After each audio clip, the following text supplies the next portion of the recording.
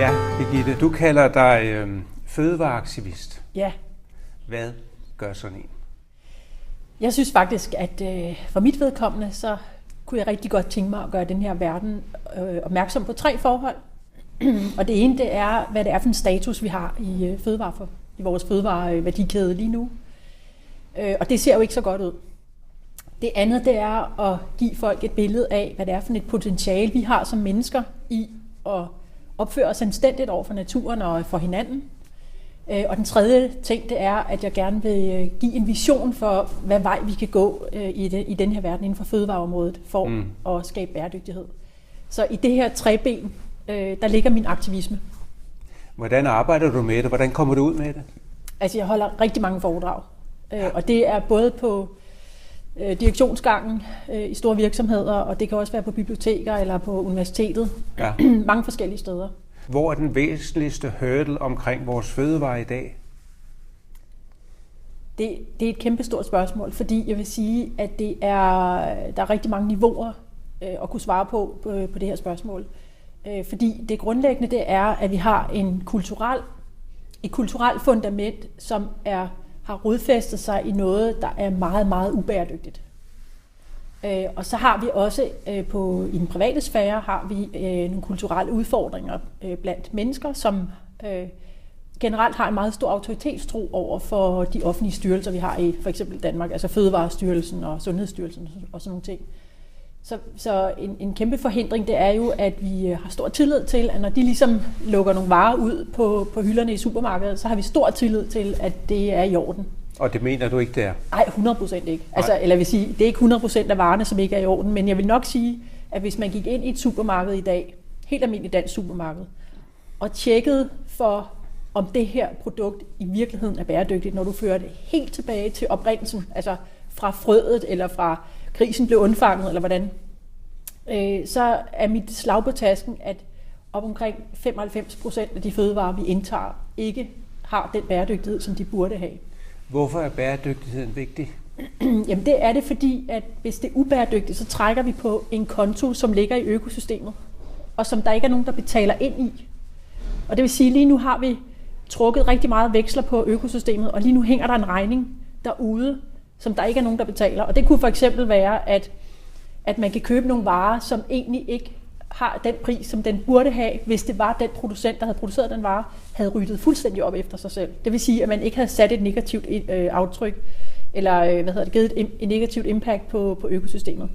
Og der har vi, altså hvis man forestiller sig en sommerfugl, hvor der er balance i tingene, så er den ene vinge i sommerfuglen, den er fuldstændig forskudt, eller vingeskudt, ikke? Og det er den bæredygtige side. Okay. Hvorfor ser vores politikere ikke det? Det gør de også. Nå. Hvorfor gør de ikke noget? Konfliktskyhed og penge. Det hele handler om penge. Men det handler om penge på den korte tid, og det er også derfor, jeg snakker om det her med at tisse i bukserne. Fordi at det er rigtig dejligt og varmt, lige når man har tisset i bukserne. Og det er sådan, vi driver vil jeg sige, det her land på rigtig mange områder, og især på fødevareområdet. Vi ved godt, at vi hver eneste dag står op og producerer en helvedes masse problemer for os selv. Og vi ved også godt, at de skal løses, men vi skubber det lige lidt ud. Og lige nu, sådan som jeg fornemmer det, og jeg er meget enig med Susanne fra Knuthenlund, ikke?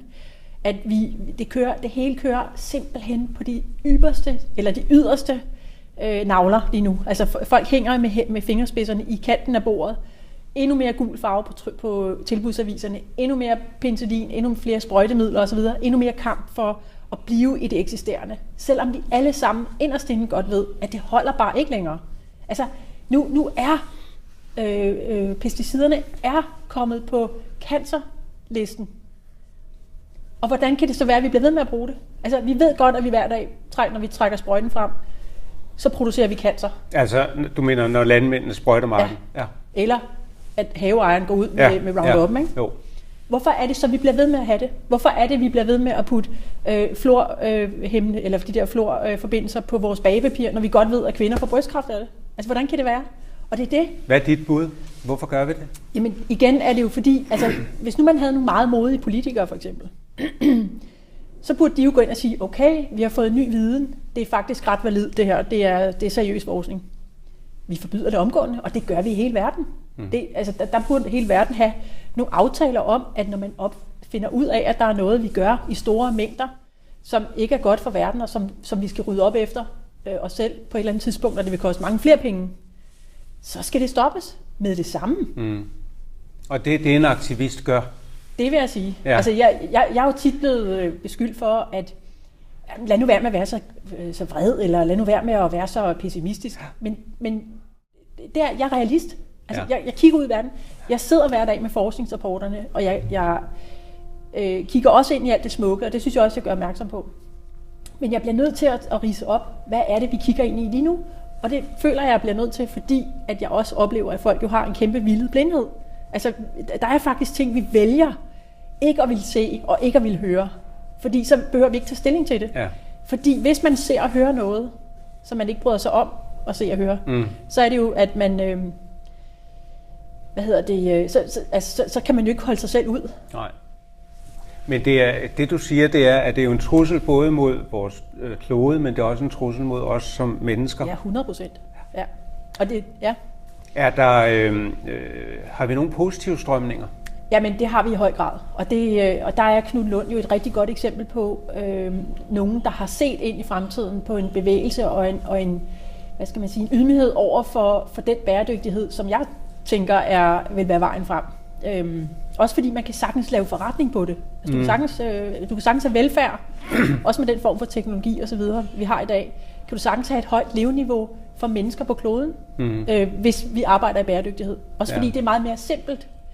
Og den bevægelse, den er der flere og flere mennesker, der får øje på.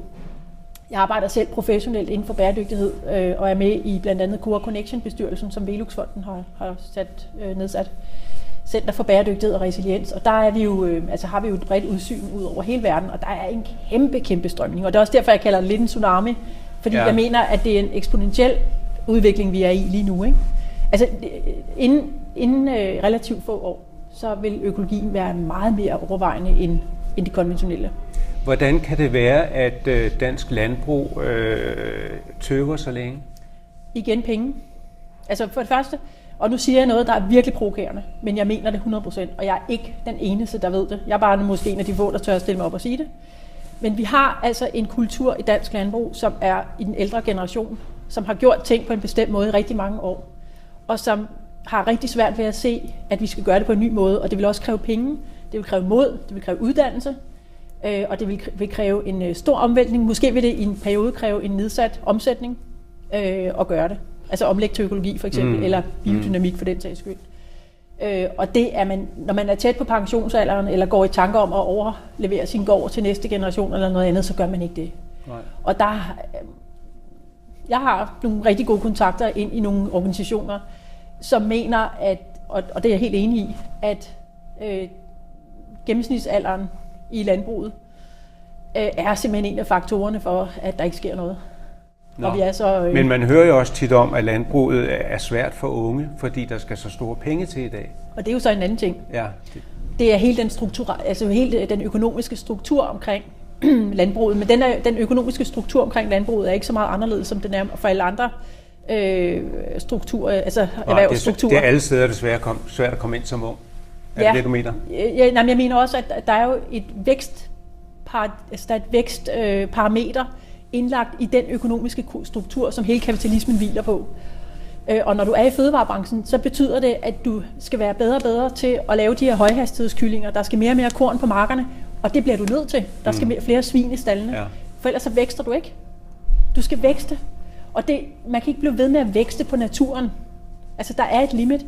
Der er en puls, vi er nødt til at overholde. Vi kan godt blive ved med at vækste ved at være smartere og mere teknologiske, men sikkert. Vi har en bremse, som vi er meget tæt på at være eller en mur, som vi er meget tæt på at være stødt på nu. Ja, vi er stødt på den. Ja. Og den er også begyndt at give tilbageslag, og det er derfor, jeg snakker om det der med slangen, der spiser sin egen hale. Det er begyndt at kaste noget dårligt tilbage til os. Altså et rigtig godt eksempel er den gensplejsede soja på markerne i Brasilien. Den har ikke noget effektivitet i sig. Har måske nok aldrig haft det. Det er der så nogen, der er uenige i. Jeg vil sige, det har den aldrig haft, men lad os nu bare sige, at den har haft. Så har den det ikke længere, fordi at det den engang kunne, det kan den ikke længere, fordi naturen modreagerer. Så nu skal du bare bruge endnu mere sprøjtemiddel for at holde det ukrudt nede, som den egentlig skulle have været resistent overfor. Ikke? Og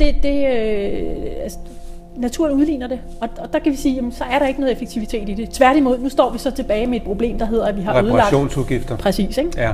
Vi har sprøjtet sønder sammen i hele Brasilien. Og nu har vi altså et gevaldigt problem, ikke? Ja. Vi har også en masse mennesker, som lider under det, og som bliver syge og føder syge børn, og jamen, altså, det er jo helt katastrofe, nogle af de ting, vi har gang i. Hvis man skal prøve at runde af, for eksempel med, hvad kan fru Hansen, fru Olsen, hr. Madsen gøre helt konkret i deres egen hverdag? Fordi vi skal ikke være aktivister alle sammen jo. Nej, det skal vi ikke, og det kan vi ikke. Jamen, jeg vil sige, at noget af det allermest enkle, man kunne gøre som almindelig forbruger, det er at købe ren økologi. Fordi, ikke fordi, at økologien kun er 100% har trukket frinummer i forhold til at kun være bæredygtig, for der er også ubæredygtighed i økologi, som skal forbedres. Men der er en ydmyghed over for naturen, og der er en bæredygtighedsgrad, som er væsentligt højere end i nogle andre fødevareproduktioner. Og især hvis du kan købe lokale fødevarer, lokale økologiske fødevarer i sæson, så trækker du næsten en guldmedalje. Ja. Og så vil jeg også sige, at der er jo indbygget en masse sundhed i det. Du behøver faktisk ikke at tænke på, om du får vitaminer nok, om maden er sund nok, og det der med at købe råvarer, det der med at købe økologi, det der med at købe ren råvarer, eller ren mad, jamen det er jo også et rent liv. Og formentlig vil du også undgå overvægt og sådan ting, fordi den kompleksitet, der er i smagen og duften og farven og alt det her, det gør, at du spiser mindre. Altså der er så meget, det er jo fantastisk videnskab og verden, der ligger i økologiens tænkning. Og i det hele taget i naturens gave til menneskeheden, ikke? Som vi slet ikke har begreber om. Så derfor ville det være det aller nemmeste. Hvis det så var det gode råd til os alle sammen, forbrugere, i hvert fald alle os forbrugere, det gode råd til politikerne, vil det så være at få gjort op med vækstbegrebet, eller hvor ligger dit gode råd der? Jamen helt sikkert. Altså vi har jo en kæmpe bevægelse i gang også globalt, som hedder Positive Money. Og det er jo et helt andet vækstbegreb, som også handler om vækst i sundhed, som handler om vækst i mulden, altså jordens kvalitet, dyrenes forgodtbefindende, hele økosystemet. Men Positive Money er vel primært et opgør med bankerne, ikke? Jo, det er det jo også, men der ligger også en tænkning bag, som handler om, at man har nogle helt andre tanker om, hvordan et pengesystem skal være. Ja. Og bankerne sidder jo på hele landbruget. Så man må sige, hvis man gik ind og arbejdede med en ny form for vækstbegreb, og at vækst har et limit, og vi har langt overskredet det. Altså, vi svømmer rundt i ting, som vi ikke behøver. Og jeg tænker i virkeligheden, at man kunne skrue hele verden ned i tempo, og have samme og bedre outcome af sundhedsniveau og livskvalitet og altså mindre sygdom og alt muligt andet positivt, hvis det var, at vi gjorde op med det her vækstbegreb, som hele den her verden er fuldstændig indsyltet i, ikke? Så nu kan man sige, nu har vi jo en generation, som har haft vores ganske betydelige del af væksten og velstandsstigningerne. Så vores budskab til de unge nu, det er, at desværre I bliver den første generation, der må skrue ned. Ja, men det er en retorik, som jeg ikke kan læne mig op af, fordi at skrue ned for hvad? Ja, at du fiser rundt. Velstandsvæksten. Ja. At vi fiser rundt for at få en lidt større bil og et lidt større hus og en masse ting, vi køber i IKEA, og så smider vi dem ud næste lørdag, ikke? Nede på affaldspladsen. Så man kunne i virkeligheden sige til dem, I bliver de første, der er så heldige at starte på en ny, god måde. I får mere tid med hinanden, ikke? Ja. I har en anden form for liv, I har større sundhed. Det er et andet økosystem, vi kigger ud i. Det er en anden glæde og en anden forhåbning om verdens fremtid, som vi kan glæde os over at give jer videre, fordi nu har vi prøvet at gøre det forkert. Vi har faktisk gjort det forkert. Ja. Ikke på hele linjen, fordi der er også nogle gode ting, vi kan tage med os. For eksempel synes jeg, der er rigtig meget teknologisk udvikling, som er helt fantastisk, som vi kan tage med og give os et godt fundament for at skabe velfærd, uden at vi trækker overtræk på økosystemet. Og den glæde, den oplever jeg også blandt unge mennesker. Jeg er meget interesseret i at snakke med unge mennesker. Jeg har også taget initiativ til at lave en gruppe af unge mennesker, hvor vi snakker bæredygtighed og fremtid osv. Og det er jo enormt interessant at høre deres syn på fremtiden. Altså, de vil gerne gøre tingene anderledes, end det mor og far har gjort. Og det synes jeg er glædeligt. Og så har jeg og det betyder ikke bare, at de vil være rigere? Nej, de vil gerne være rigere på noget andet. Ja. Altså, jeg går ud fra, at du mener rigere i pengebogen, ikke? Ja. Men de vil gerne være rigere på noget andet. Ja. Fællesskaber, sammenhængskraft og kærlighed, det var også nogle af de ting, jeg nævnte. Det kan man sætte sådan noget og grine af. Ja, men det er faktisk sådan, vi mennesker, vi er. Det er et subordinary goal for hele verden, at sammenhængskraft, kærlighed, loyalitet og sådan nogle ting, sådan nogle begreber, det kan vi alle sammen blive enige om, er en gave at have med sig i livet, ikke? Og jeg har så arbejdet, jeg har jo så taget tiltag til at lave madselskabet, hvor vi jo netop arbejder i en fødeværdikæde, som er bæredygtig lige fra, altså helt ude fra mulden, fra den første spadestik, og så til det havner på folks middagstallerken, ikke? Ja. Og der oplever jeg jo, at på en eller anden måde kommer vi til at appellere til folks hjertelighed i det projekt, eller det initiativ, som gør, som jeg også sagde i den her tale tidligere i dag, at folk kommer hen og giver os knus og siger, ej, hvor er det en stor glæde at opleve sådan et ægte initiativ og sådan noget ordentlighed, ikke? Gennemsyret ordentlighed. Så der får man ligesom fat altså man får ligesom en krog i folks hjerter på den gode måde, ikke? Og det er det, vi længes efter. Ja. Og det får vi ikke ved at købe en ny ting, eller et større hus, eller all inclusive rejsen. Men mange vil sige, at man skal have prøvet det, før man opdager det. Ja. Og det må vi så bare... Der er nogen, der må tro på os. Ja, der er nogen, der må tro på os, og vi skal bygge en bro fra det gamle til det nye. Men jeg tænker jo også, hvis man giver sine børn nogle nye værdier med, så har vi også løftet den lidt i næste generation, ikke? Jeg ved godt, vi har en udfordring nu, at vi skal fortælle, ja, men altså den store fede Audi, det er alligevel ikke så fedt at køre rundt i den, for det er det jo. Det er da fedt at køre rundt i en stor fed Audi. Eller have et stort lækkert hus. Det er da smukt. Ja. Men hvad var prisen for det egentlig? Ja. Hvad er den endelige pris? Ja. Og den er ikke smuk. Familietid og en syg planet og så videre. Lige præcis. Ja. Så er det alligevel ikke så smukt at kigge på. Vel? Og det var også derfor, jeg tog Morten Skrivers bog frem, fordi han snakker nemlig om den der, altså, at bag det, vi tror, der er så smukt, så ligger der alt det her grimhed. Og det synes jeg er enormt vigtigt at gøre folk opmærksom på. Så det er også en del af aktivismen, ikke? At sige, at det du tror, der er skønt, prøv lige at kigge om bagved. Er det så også så skønt om bagved? Ja.